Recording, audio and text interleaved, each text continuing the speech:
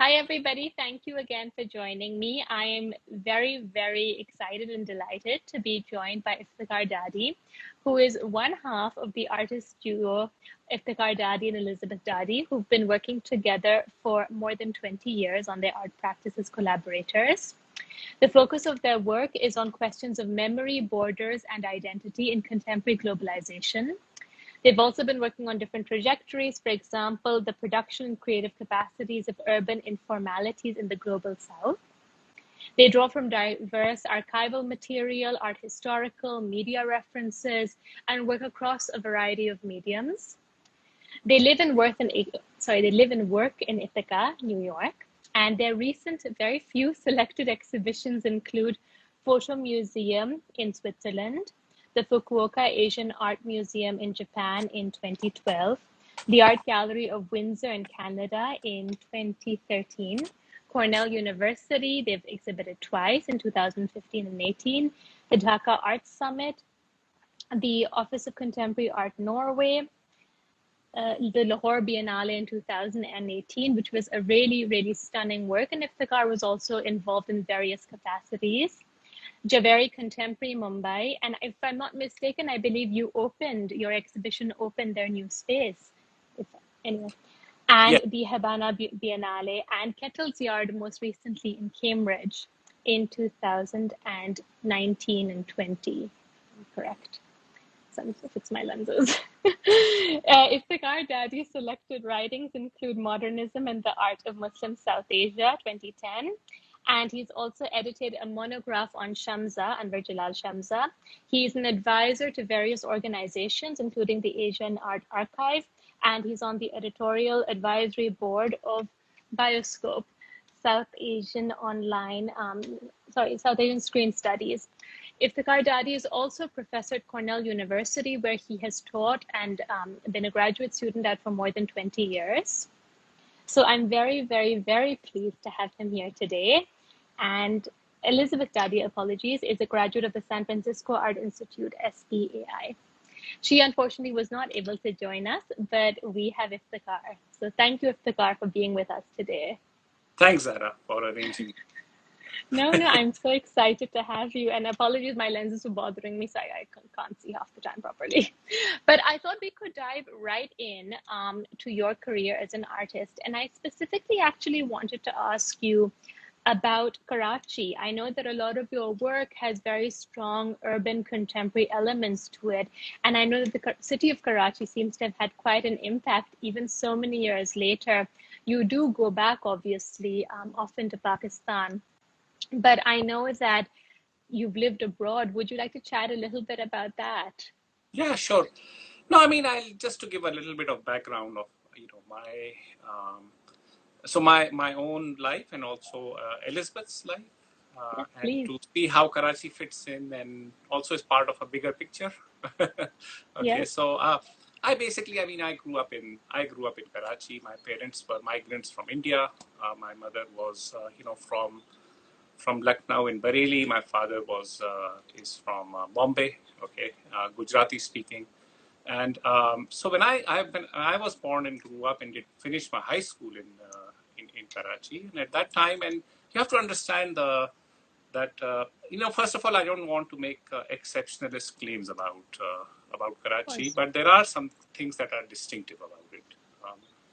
Which is that because of the partition, it was a city that saw the biggest transfer of population in terms of percentage. So basically, many new people came to Karachi and settled there. That were and many of the original inhabitants of Karachi who were part of kind of mercantile and professional communities who were Hindu or Sikh. Many of them migrated. So it's essentially kind of a new city, and in comparison, let's say to Lahore, which has a long, distinguished, like Mughal past and so on. I mean, Karachi is basically it has an old history, but more or less it's a colonial era city from the mid 19th century onwards, right? So there really isn't any kind of deep heritage, to claim the way people would claim for some place like Lahore, right? So, and also because it's a commercial city, it's a city of industry, commerce, and with different communities, because it's not just people from India who migrated and settled there, but actually people from all over Pakistan and even abroad, right? So, for example, it has a large population of Bengalis, who are living in Karachi, etc. So because of that, it's a city that's a very good way to think about questions of everyday life, about modernization, okay, about commodity forms, about popular culture, So in that sense, those were ways to engage with informality, right? Which is really an experience that is not just part of Karachi but part of the global South. So that is my background. Elizabeth grew up on the West Coast in the U.S. She grew up between San Francisco and Portland and Seattle, and she studied art history and art in Berkeley, including Indian art, but then transferred to the San Francisco Art Institute, and did her degree from there. So she was also already familiar with, even before I had met her, she was actually she was more knowledgeable about South Asian art than I was, for example. Wow. So, yeah. So How did you meet? We met through friends in Seattle, where I was doing my master's, and she was working there as an artist, and so we had, and then we lived in Karachi from about 1990 to about 98. So okay. So in that sense, it's an important experience. But our work since then, since we don't live there anymore, and we've also been looking at what's happening in other places and other sites. So the sort of the mega cities of South Asia, also have important lessons for our practice, which include places like Bombay and Dhaka and Lahore, but also other cities, in the global South. And these cities are all enormous. I mean, Karachi is a massive, bustling mega city with so much, the population is constantly increasing. And to think that it started off by being, a collection of small villages, fishing villages, essentially. And the way that it's grown before the colonial quite era. organically. So of course. I mean, there's a colonial city, which is, it's Sadr and Kharadar and places like that, which is built up. I mean, some of these communities the colonial city is absorbed some of the older, villages and so on, but then creates a new urban fabric. And then it's been continuously expanding also through, there's a lot of, let's say, land mafias at work and so on, right? So there's a lot of what I would call, what's interesting about all that is also the question of centralized planning and state-led modernization vis-a-vis bottom-up kind of, kind of initiatives. And because, in some sense, Karachi is not well run, right? From a kind of a central, point of view, there's a lot of energy that goes into by people trying to survive and to make a life for themselves, which are through kind of informal means. So our practice is actually getting more and more interested in those. That's quite interesting. Those possibilities, So what might look like in the 90s a relationship to, let's say, pop is now, in some sense, moving into a kind of a deeper examination of the possibilities of what might be called informality. That's very interesting. I was actually going to ask about how your work was connected to sort of urbanism and pop art, because you've spoken about how it's almost in this central point between conceptual art and pop art. And now you've already talked about that. Do you want to expand a little bit more before you start speaking about how it looks like now? Yeah. Where it's moving to?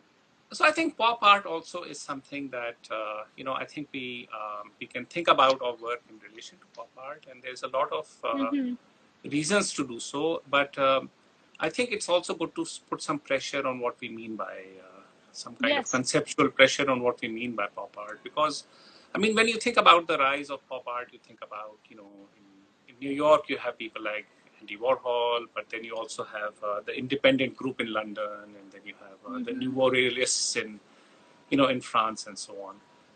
But actually, one of the ways people think about pop art is relation to kind of advanced, capitalist economies and kind of a full-blown commodity culture, right? Okay, if you think about Andy Warhol and so on. But in fact, when you think about the relation of what pop might mean something like popular, right?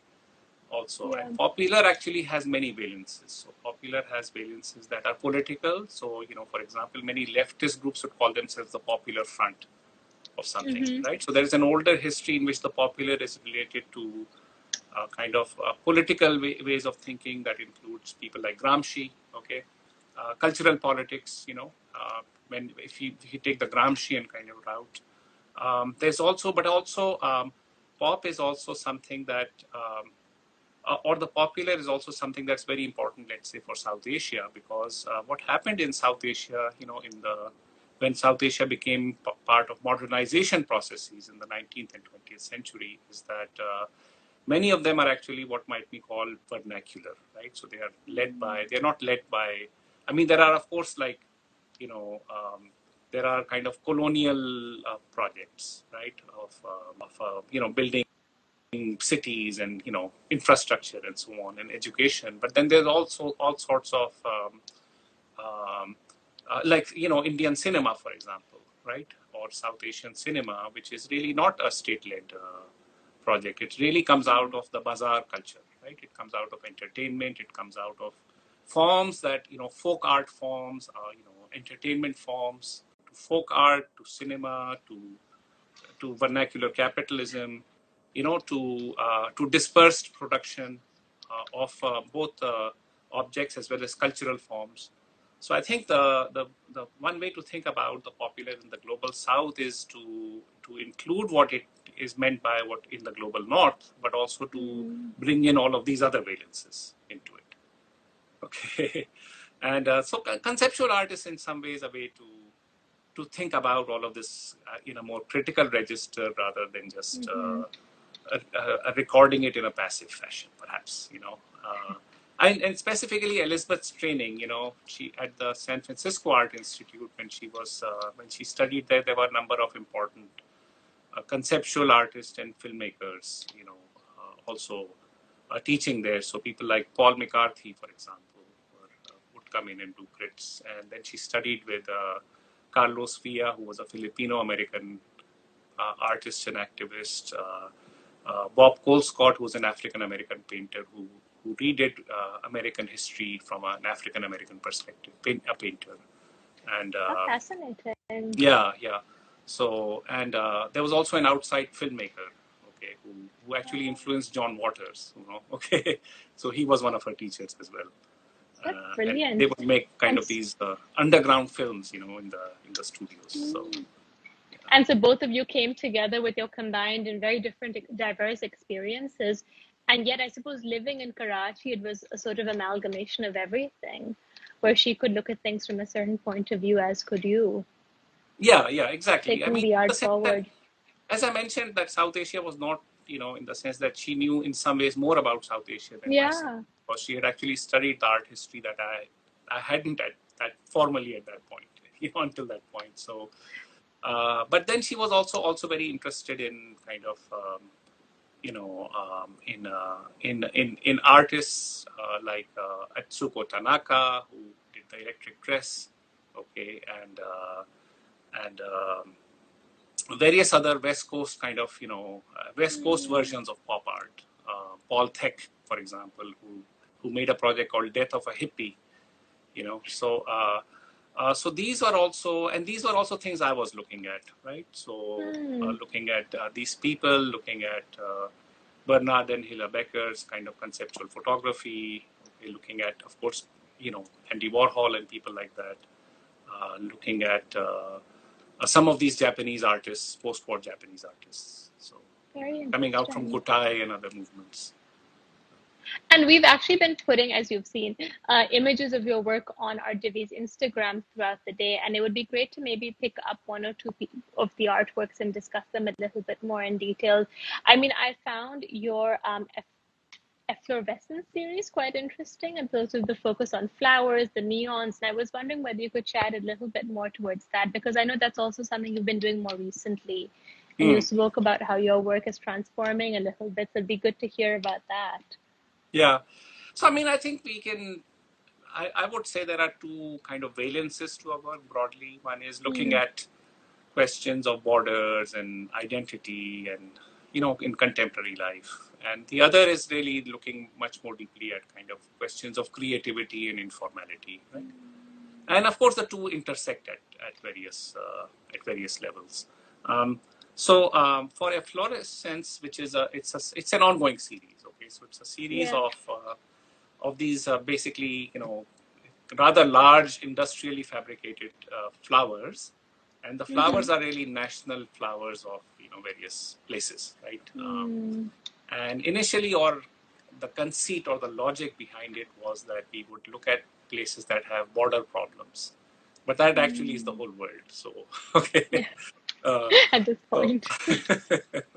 so but in some ways, I mean, nations and countries, they claim various things, right? Flags and birds and okay, Yeah. uh, and so flower is Animals also as one. well. Animals as well, yeah. Mm-hmm. So the flower is also a kind of an emblem that different kind of nations claim, right? But of course, I mean, the whole, in some ways, it's a very artificial claim, because flowers are, I mean, you know, in some ways, and of course, due to colonialism, things spread even more, right? Because of Yes.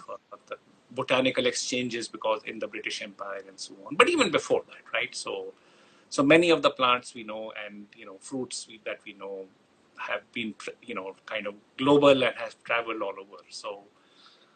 Really the kind of the artifice or the conceit of making the claim as this is the national flower of Sri Lanka or Afghanistan, but then of course it's a flower that proliferates.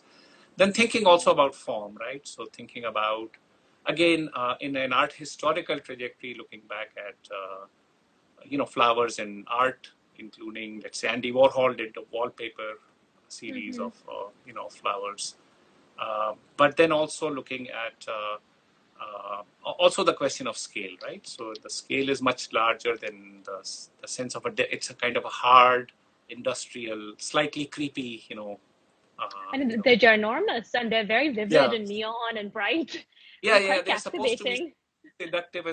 seductive and captivating, and slightly creepy as well. Okay, so Yeah. yeah. They're very fascinating. Do you have a favorite? I mean, I know for an artist, it's a very unfair and question to ask, but is there a series that you've enjoyed most out of them? No, I mean, it's very hard to say, because Yeah. we started working on the series, and as I mentioned, we wanted to look at these flowers that of places that have problems, which pretty much we realized is it could be any place, but also we look at form, right? So in other words, Mm. partly there's a conceptual, let's say, premise behind the behind the selections, but then there's also really considerations of form, which flower will translate well into this larger kind of flattened industrial kind of project in terms of color, shape, scale. So those are very much I mean, I like them all. I think the Bangladeshi one I like a lot, which is the Mm. Shabla. I also like the Mexican flower, which is it's a very vivid blue color, Oh. personally. But I like all of them. I mean, No, I meant also the other series that you yeah, worked on because your work, I mean, your the amount of work is quite diverse as well. I mean, you've had your Tillism series, there's also been the Magic Carpet. Is there mm. something particularly that really kept you motivated in going and exploring it further? Yeah. So just let me just say one more thing about the Yes, please. Efflorescence, which is that they're actually good to when seeing them, they work well alone, and they are independent pieces. But then if you put them in a space, then they also create a kind of an immersive field.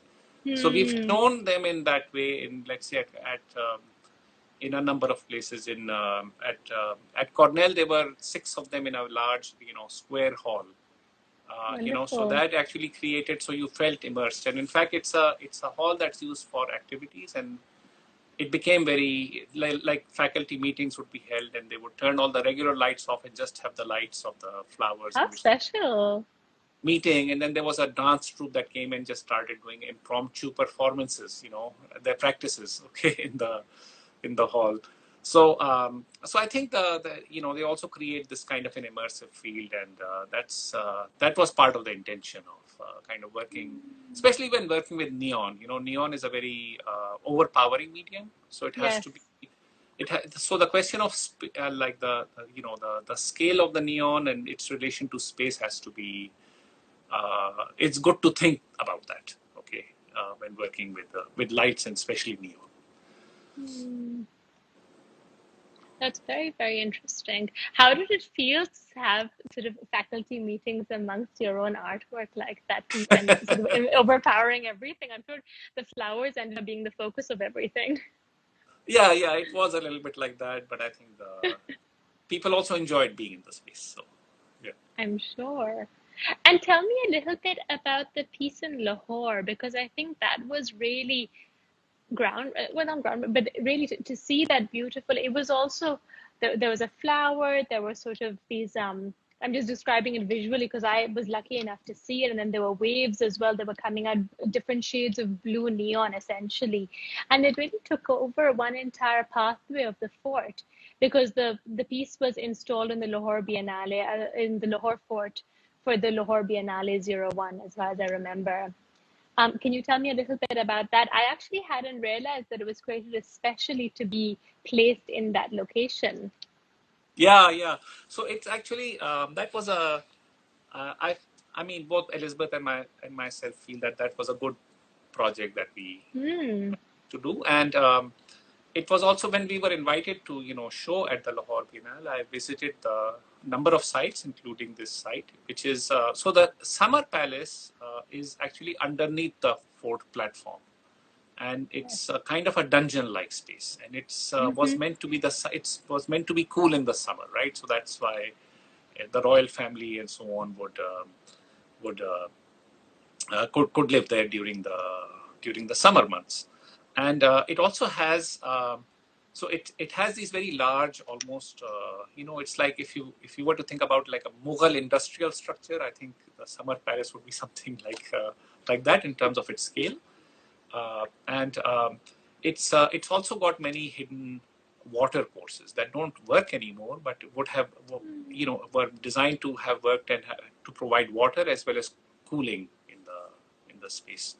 Uh, but it overlooks also the picture. It's framed by the picture wall of the Lahore Fort, which Mm-hmm. and the Ravi River used to flow right next to it. Okay, Okay. so there's a way in which the question of like the flow of water is part of that space, the memory of that space, and when you walk in the space, you feel like even that when it's daylight outside, it seems kind of dim inside. And Mm-hmm. there are these windows that have there are tunnels that are 60 feet long, right? So there's a window. The walls are something like 60 feet thick in some places. So you hear sounds from outside, but you hear them very at a remove. So you feel like you're in some kind of a limbo or some kind of a interstitial space, okay, in the Lahore Fort. So that experience of being in this suspended in a kind of a both connected to the world but also suspended in its own kind of time space continuum was led us to think about the question of history and or relation to the past, and that led us to this actually very beautiful poem that the poet Iqbal wrote in the 30s, which is a poem on the Mosque of Cordoba. When he visited the Mm. Mosque of Cordoba in Spain, he was very moved, and he wrote this poem. And the poem begins in a very philosophical way about the question of the passage of time and the place of Mm-hmm. humans in time, right? So we were especially inspired by two verses from that poem. One is called the passage of night and day is the architect of events. Okay, which is and the second is says the passage of night and day is is a braid of two colored silk twine. Okay, How So beautiful. it's a braided thread, okay? Yeah.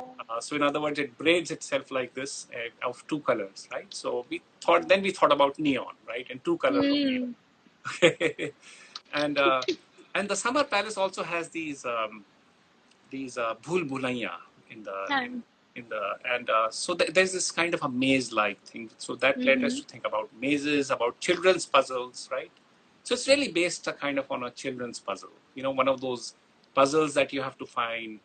You know, the turtle has to find the way back to the river. You know, those children's puzzles, and you have to trace Yeah, yeah, the yeah. path. So it actually the red is the right path. So Mm. if you look at it's this very complicated maze, but then there is the right path which is indicated by It takes you through the red it. thread or the red path. So it looks at all of these. I think it tries to intervene in all of these, and also it's a heritage structure, right? So you can't Yes. touch the walls.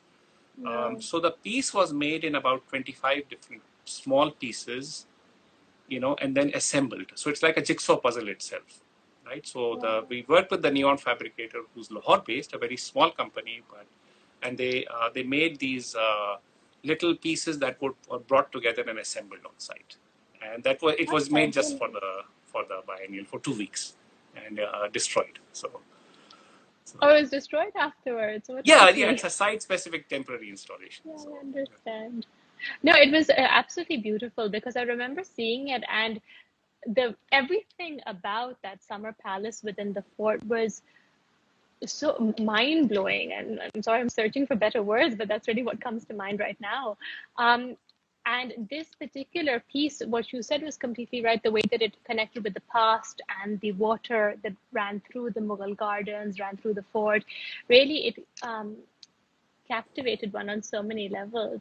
And the neon light was I remember seeing this beautiful pink and blue, these shadows were forming all over the fort because of it.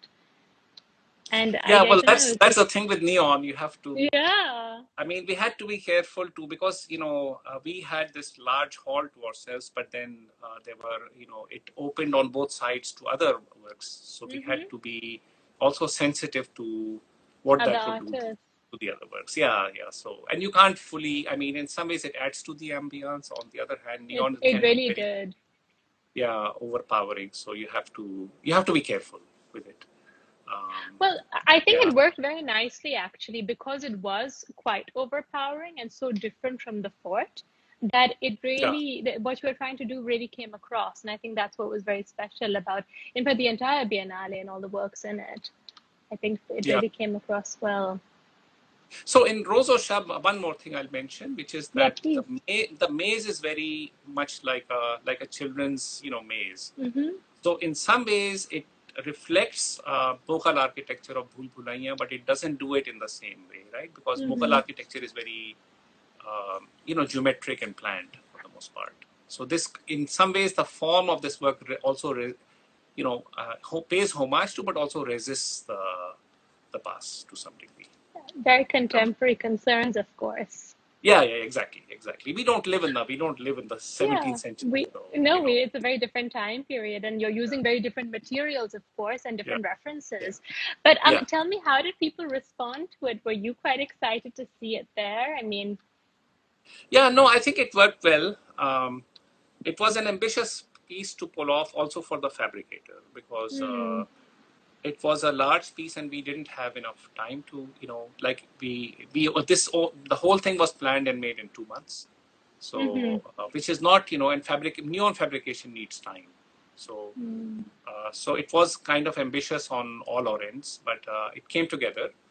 And yeah, I think it was because the fort area is very public area, right? So mm-hmm, I mean, Lahoris would know that, like, let's say on the weekend, like tens of thousands of people go there of all, from all kind of economic backgrounds and social backgrounds, because it's a kind of an open place where people can go. So it actually was visited a lot, right? So and lots and lots of people of all backgrounds would come and would pass by it. Yeah. and I So do think that pieces that are immersive and require the audience involvement to some degree are always more exciting for them, of course. Yeah. I mean, And it's neon especially has its own sort of draw. yeah, and there's a history of neon to in and lights in Pakistan, of course, right? Of So that's the course. other, and in South Asia, so things like weddings are, and the lights that are used in like festivals or in for celebrations, for marriages, Yeah. And so I was yeah. lucky enough to wander around Lahore's old city. I think it was earlier this year during Eid Milad al-Nabi when they had so many decorations up and all of the neon and the sparkles and the lights and everybody was wandering through the old city. So it was quite a celebration, Yeah, exactly. you So know, it's also in dialogue with all of of all of that and bringing up that culture. That makes that. sense. Can you tell me a little bit about maybe your most recent exhibition, which is the Kettle's Yards one in Yeah. Cambridge University? Um, How so did we were that come invited. together? Yeah. So Kettle's Yard is, it was a show of I think about 10 artists from South Asia.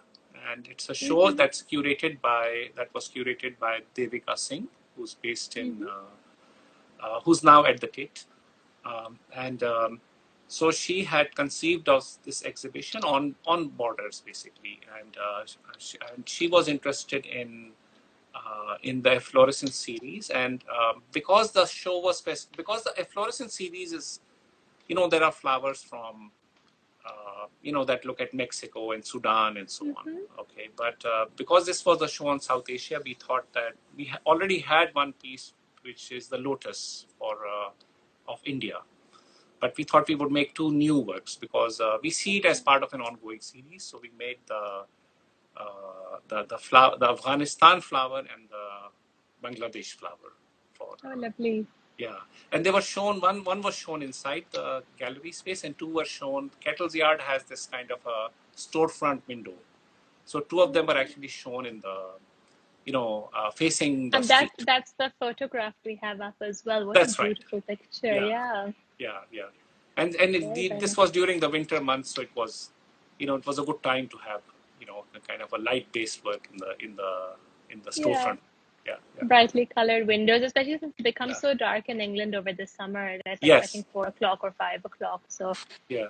Yeah. So it the show adds was joy. November through February, so it was the winter Okay. months. November 2019 through February Well, 2020. very good timing then, just Yeah. before everything kicked off. Yeah. Iftikhar, I wanted to ask you, I should call you Professor Dadi actually, but I wanted to ask you about your academic career a little bit actually, if we could come to Ah, that now. So you've been at Cornell for over 20 years, first as sort of a graduate student and then as a professor as well. And I know that you've served as chair of the Fine Arts Department. You are now chair of the Art History Department. What propelled you towards academia? ah. No, so I mean, I've always been kind of interested in, I've been a kind of a curious person, okay, Yeah. uh, and uh, and I like to read quite widely, in various disciplines even now. And but as I mentioned, when I was, I actually trained as an engineer. Okay, so I have a bachelor's and a master's Very in. well rounded then. No, but that's when you were growing up in a place like you had the career expectations at the time when you were growing up. Either study medicine or study engineering or something. I mean, there wasn't Something really. practical.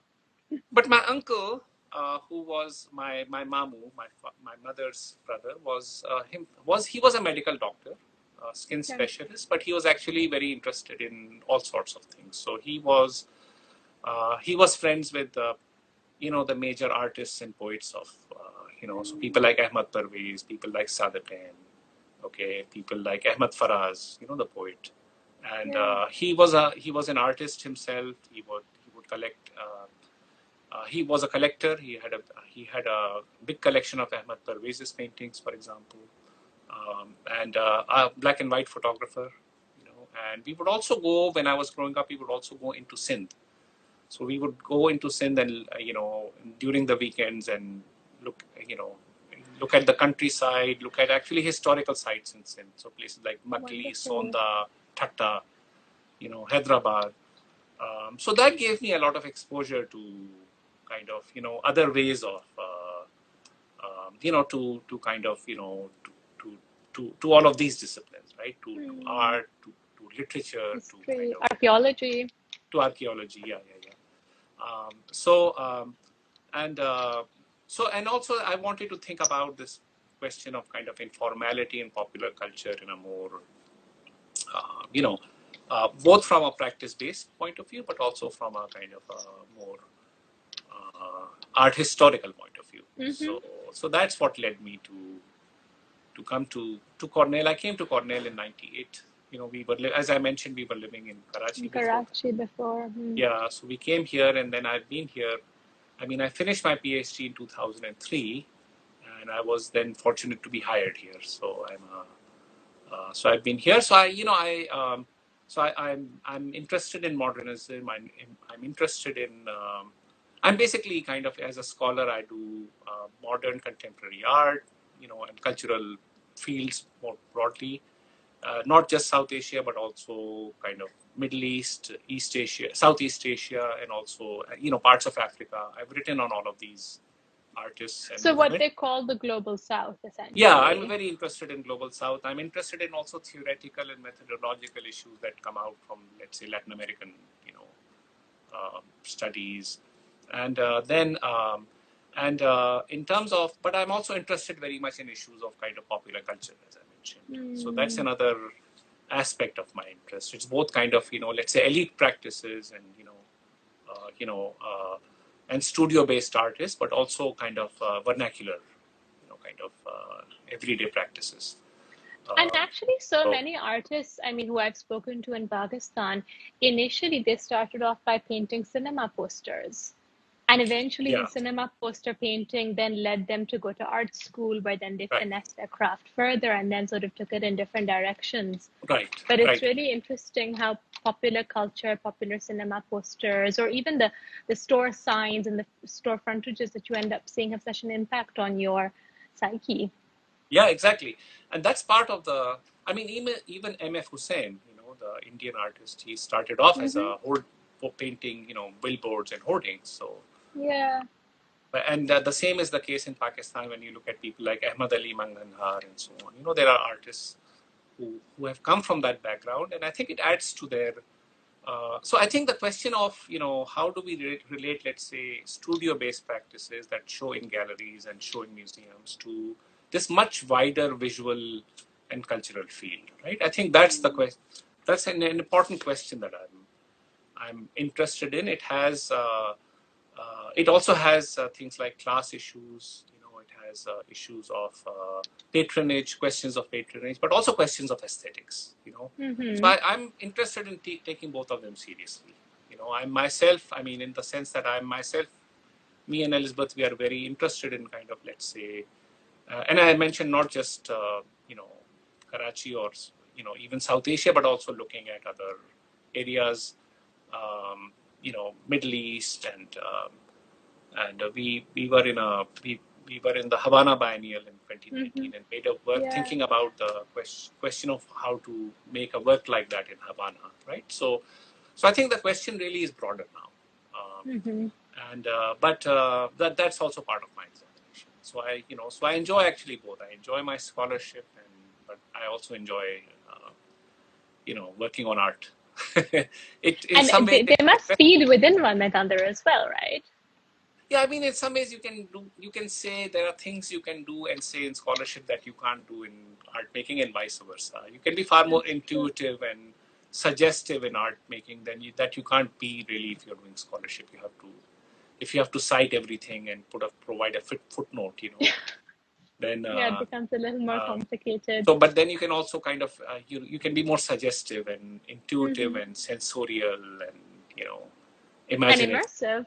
Yeah, Yeah. exactly. And Yeah. good immersive experiences. What do you think about, I mean, because I know that in addition to being an academic and teaching, you've also been an advisor to several organizations in these areas. And, for example, the Lahore Biennale, you're very involved with that.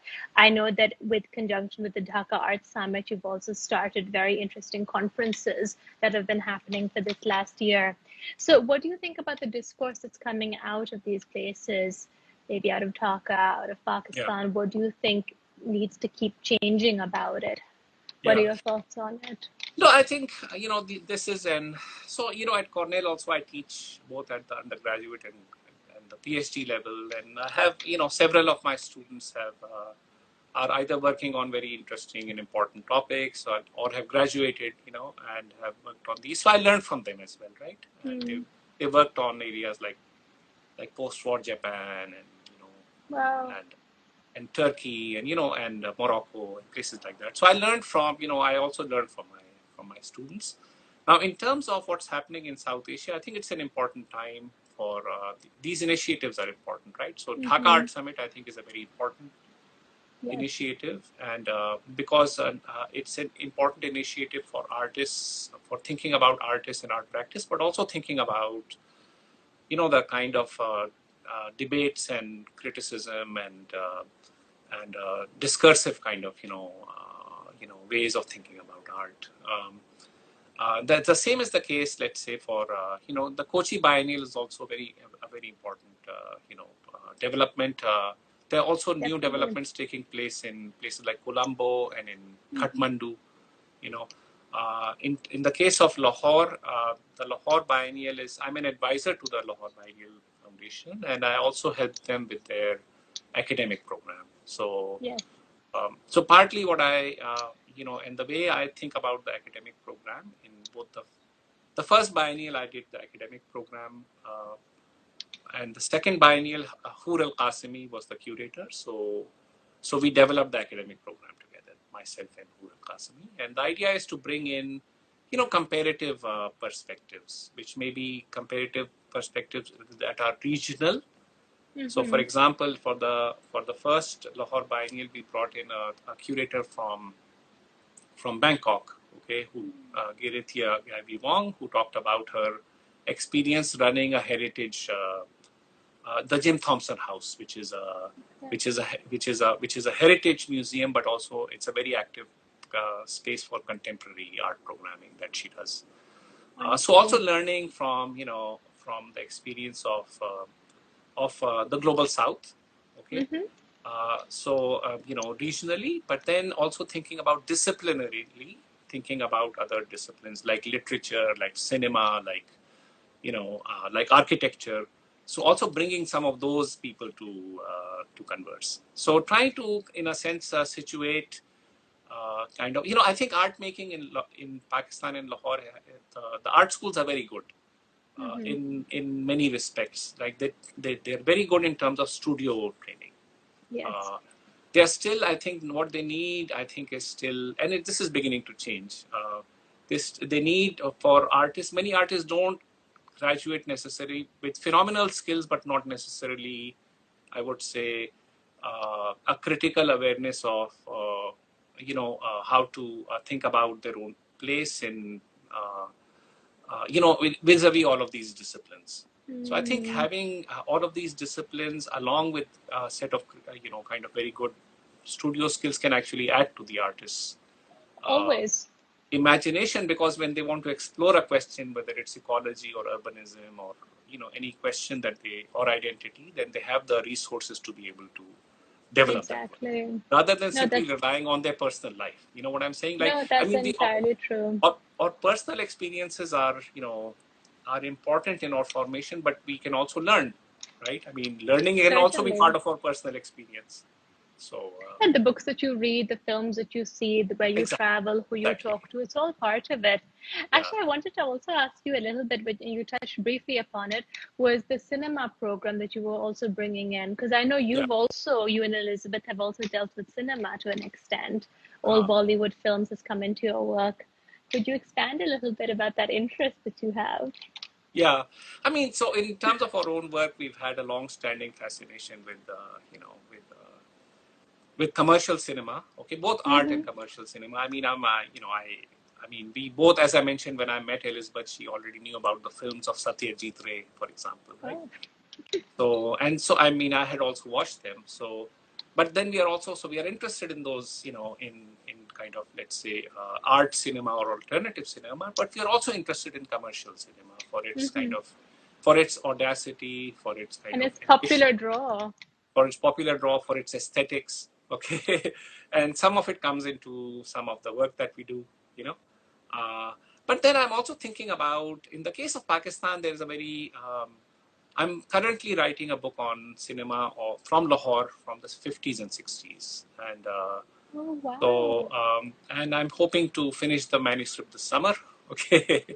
And the reason I'm writing this book is because I feel that there's a strange kind of amnesia now in terms of the of this cinema. Because if you talk to young people, they won't even know the names of a single film, for example, from this period.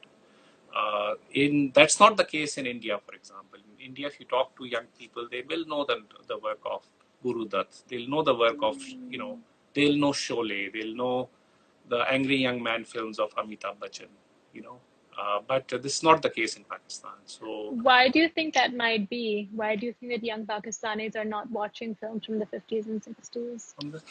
so there are a number of interrelated reasons. One is that if um, you know, in some ways these films competed with the Indian films, but the Hmm. Indian films are in some ways better made, right? Because Yeah. they just work. They had a more More sophisticated money as well. more Yeah. money, more experienced personnel, you know, larger market and so on. But but the other I think.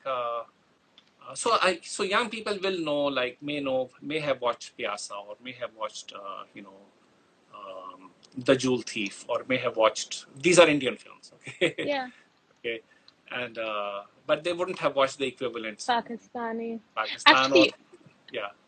it's actually interesting what, well, for the second version of the Lahore Biennale, I curated an exhibition at an old cinema house. Um, Yeah, which only showed English films. So I yeah, remember at that time, I wanted to start maybe doing weekly screenings of old Pakistani films. And just trying to find out where to find the films even was becoming quite problematic and difficult.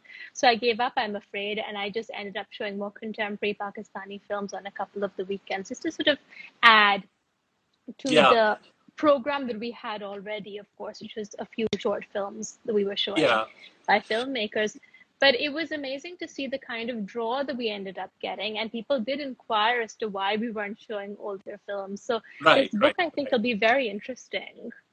I think there's no context for it now, in the sense that Yeah. they need to be. So first of all, their availability is they're hard to find. First of all, there is no film Hmm. archive in Pakistan, right? So unlike Bangladesh and Hmm. India, you know, there are film archives. The second thing is that even if you can find copies of these films on DVD, many of them are very poorly transferred from VHS tapes. And also they don't have subtitles, you know, and more or less there's no context. So even if you wanted to watch a Hmm. film, how would you know which one to watch?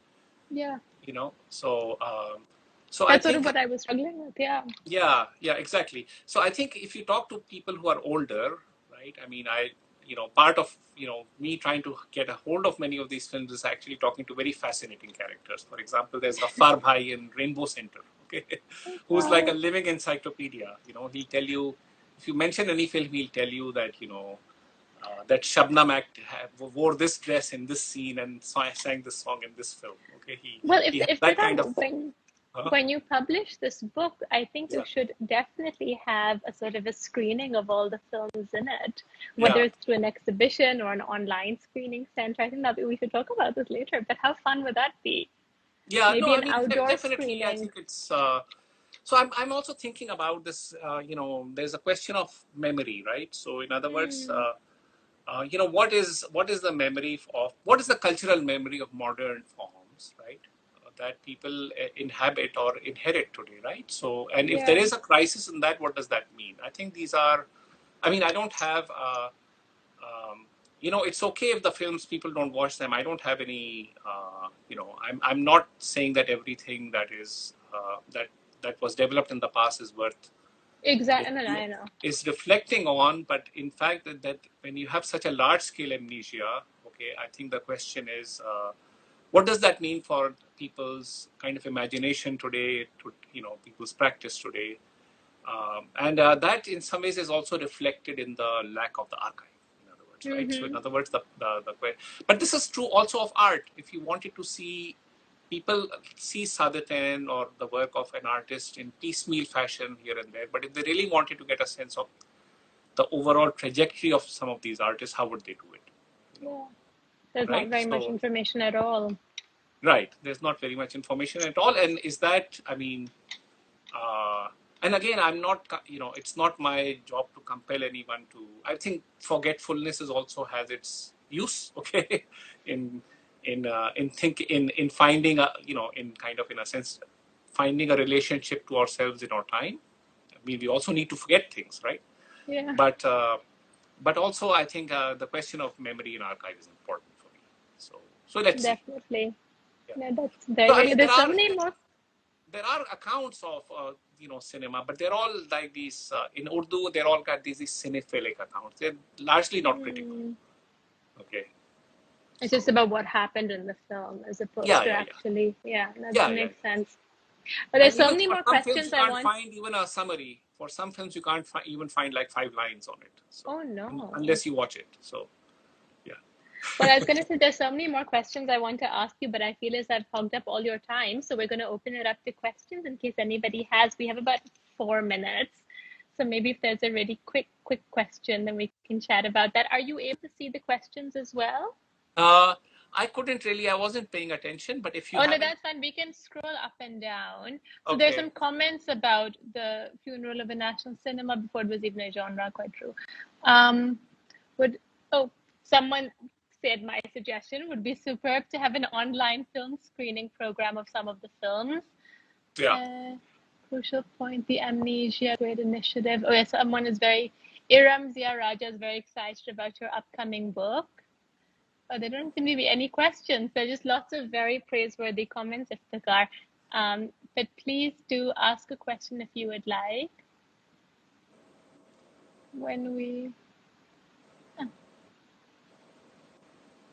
No, I don't see any questions. It's great. Okay. But everybody's very interested in what you're saying, which is wonderful.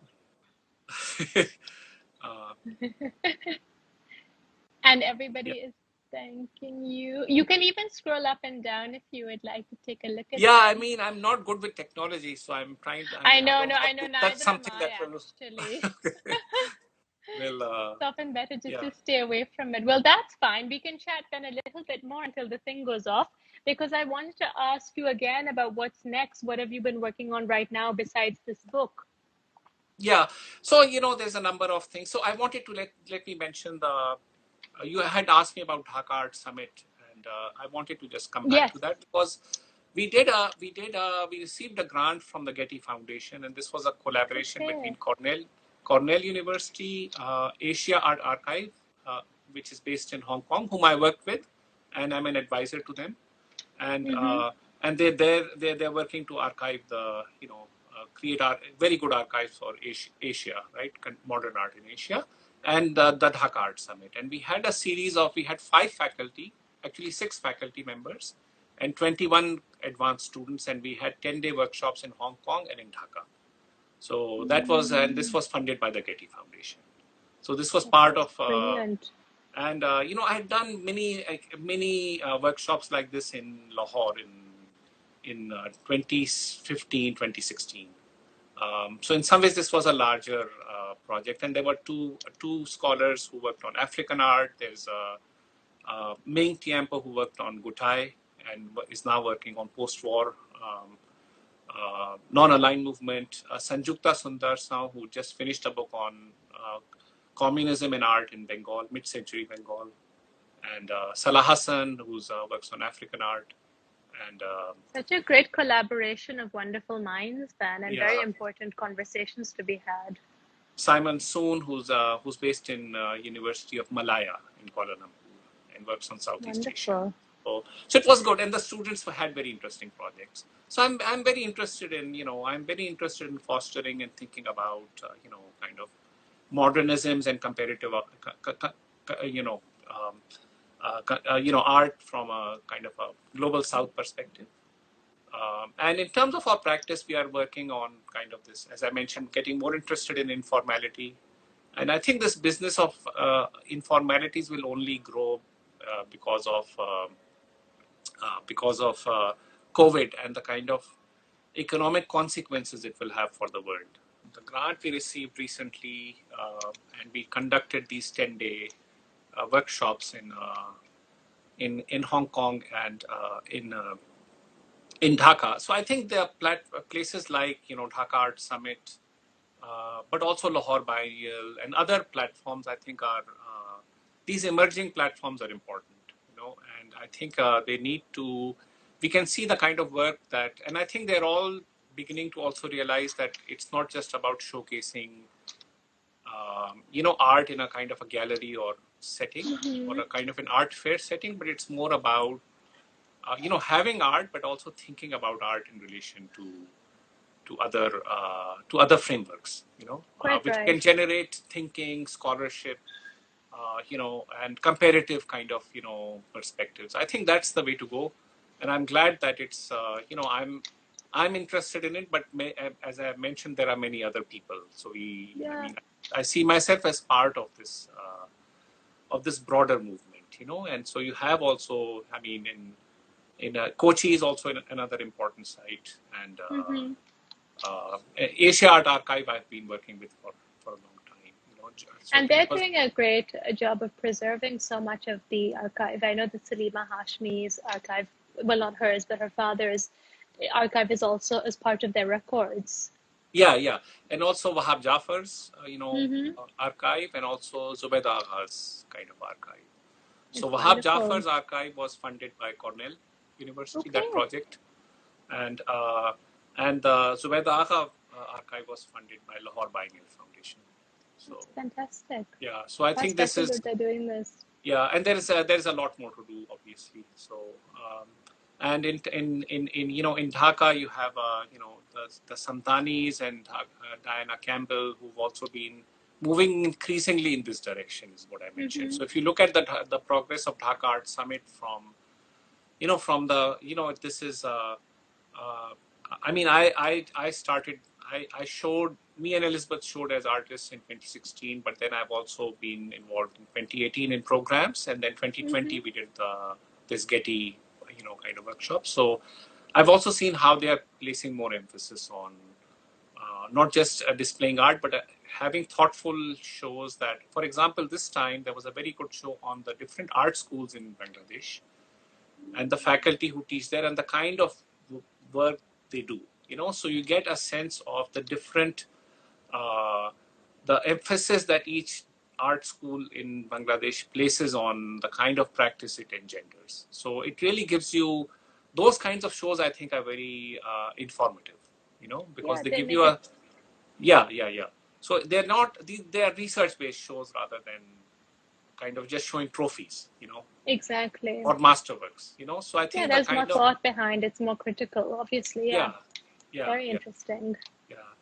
I went to the 2018 one, I think, and I loved it. There were so many different, the way that they set it up in one building, the curators they had on board, and the art that they were portraying, the depictions that were made. I really, really enjoyed it. And I think it gave a very holistic view of the region. Art from Bangladesh was there, from Sri Lanka. They had this wonderful exhibition from Iran as well by Vali Maluji. And That's it right. was That's right. extremely informative to Yeah. know about what was happening in different time periods. We've gotten a couple of questions now. I think I missed some of them on the other, whatever. Oh, Yeah, hold there on was a something. question by Yasu, I think. Yasu Yes, and I Nakamori. seem to have But flipped it as well. it passed by and I couldn't see it. Okay. Oh no, Uh, let me see. uh, So Hira Nabi's asking, it's still hard to manage and negotiate South-South movements. Is there any ways artists, academic researchers that we could petition for some kind of artist visa in South Asia? well, I think Very interesting question. it's a big problem, right? I mean, it's a serious problem with visas. Okay, and Mm, despite the fact that we think that we can say till we are blue in the face that art is meant for, art is intended to further, uh, you know, uh, exchange and not, but it doesn't really, that doesn't, argument doesn't seem to cut any ice with the visa kind of authorities. So yeah. I think we are stuck with, we can't, until the larger, realities of the hostilities among governments changes, we will continue to suffer from this. Okay. Having said that, I think there are, the situation is definitely not ideal, but that's still one can do things, right? So there are places one can meet. For example, people can go to Colombo. Okay, most South Asians can get a visa to go to Sri Lanka. Okay, or they can go to Kathmandu. Those might be places to meet, right? And so I think there are ways to, and there have been cases where for example, in the first Lahore Biennale, we invited many Indians to be part as either artists or as part of the academic program, and most of them managed to get the visa. So, and we actually helped them to get the visa. So I think, and then of course there are online connections, right? So I think we a kind of a judicious and creative use of all of these, ways of connecting, right? Whether you meet in Colombo physically or Sharjah or, or now you or have London Zoom or wherever, conversations, or perhaps meet in places. yeah, maybe Right, it has right, to be like that. And I think it's right. important to utilize all the So I connections that think we these are all, can.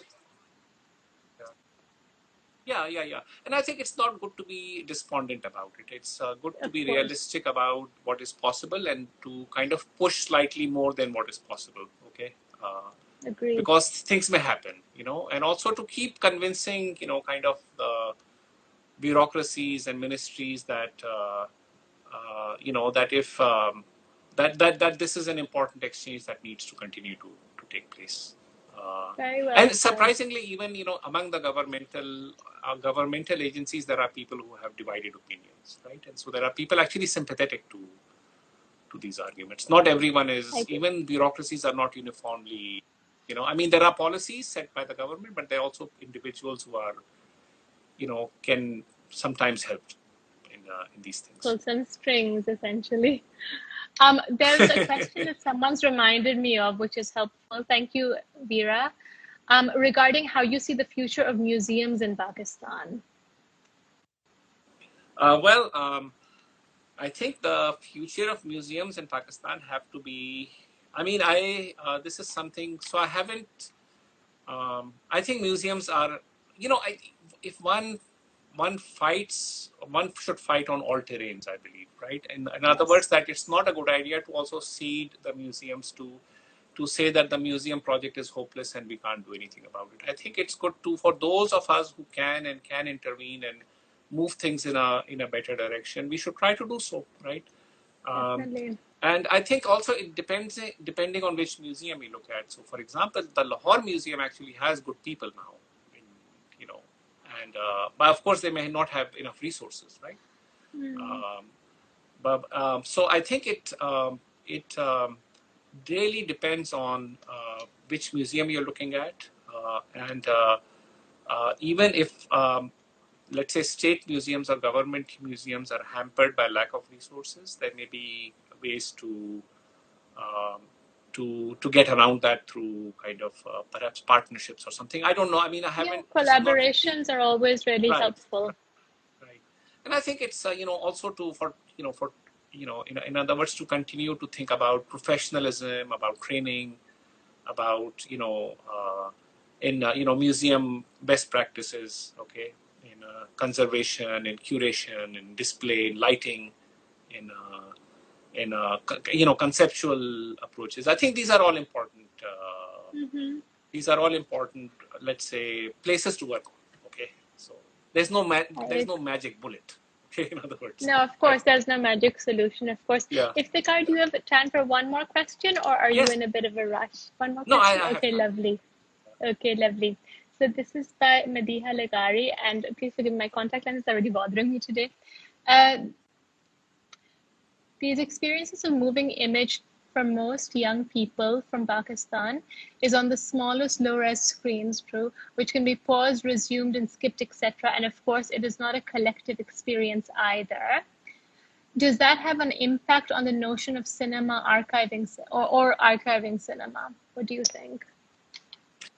So I missed the first part of the question. It means so basically, She's media saying that today. most people, exactly, they're seeing it on their Yeah. screens. They're very low res. They can be paused and pressed, and they're watching them as individuals. They're not watching them as a collective, which is often how cinema is supposed to be seen. So, do you think that Yeah. has an impact on the sort of notion of cinema or even of archiving it?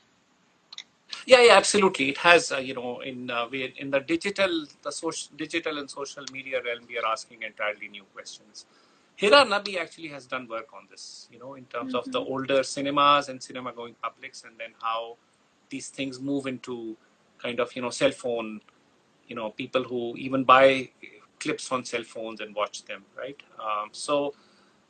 Definitely the archive is, but what I'm mentioning that even for the golden age cinema, the commercial cinema of the 50s and 60s, the archive is, with Ghaffar Bhai Saab, in Rainbow Center. Do you see what I'm saying? So it's not so different from, Yeah. okay, from, and even that is going to be an individual experience, and that's going to be, on low res, it's a low res transfer Mm. that has to be kind of seen on various kinds of devices. Okay, but that's not to say that other kinds of publics are not possible. Collective publics Mm. are, there are new ways of perhaps thinking about collective publics that are of relevance to the digital age. And that's true in the case of, like, let's say, there are lots of, I mean, I always find it hilarious and fascinating. Because I'm doing this research on cinema, I'm looking at a lot of songs from both Indian and Yeah. Pakistani films that are on YouTube, right?